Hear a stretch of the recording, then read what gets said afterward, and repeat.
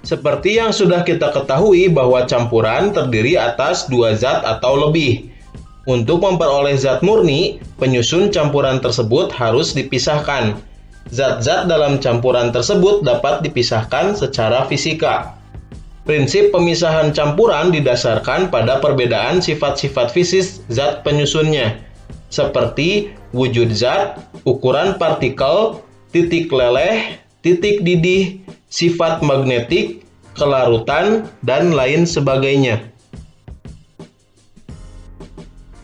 Metode pemisahan campuran banyak digunakan dalam kehidupan sehari-hari, seperti untuk penjernihan air dan pembuatan garam. Beberapa metode pemisahan campuran yang sering digunakan antara lain penyaringan, sentrifugasi, sublimasi, kromatografi, dan destilasi.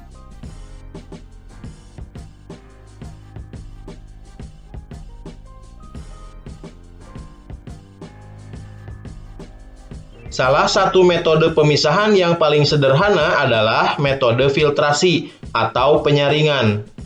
Penyaringan adalah metode pemisahan campuran yang digunakan untuk memisahkan cairan dan padatan yang tidak larut berdasarkan pada perbedaan ukuran partikel zat-zat yang bercampur.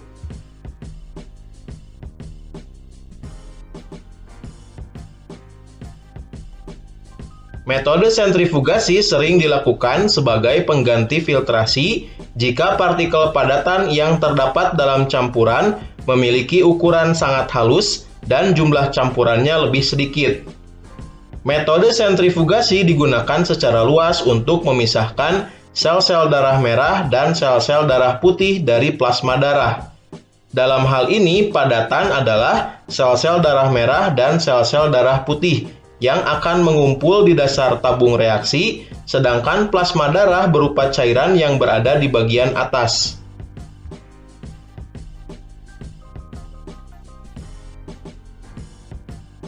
Pemisahan campuran dengan cara destilasi atau penyulingan banyak digunakan dalam kehidupan sehari-hari maupun dalam kegiatan industri. Pemisahan campuran dengan cara penyulingan digunakan untuk memisahkan suatu zat cair dari campurannya.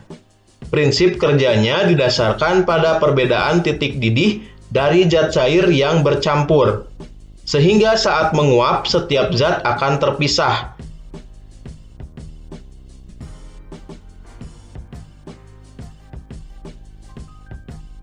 Metode pemisahan dengan cara kromatografi digunakan secara luas dalam berbagai kegiatan, di antaranya untuk memisahkan berbagai zat warna dan tes urin untuk seseorang yang dicurigai menggunakan obat terlarang atau seseorang atlet yang dicurigai menggunakan doping.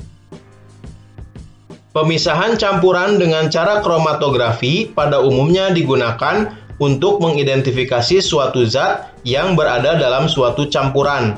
Prinsip kerjanya didasarkan pada perbedaan kecepatan merambat antara partikel-partikel zat yang bercampur dalam suatu medium diam ketika dialiri suatu medium gerak.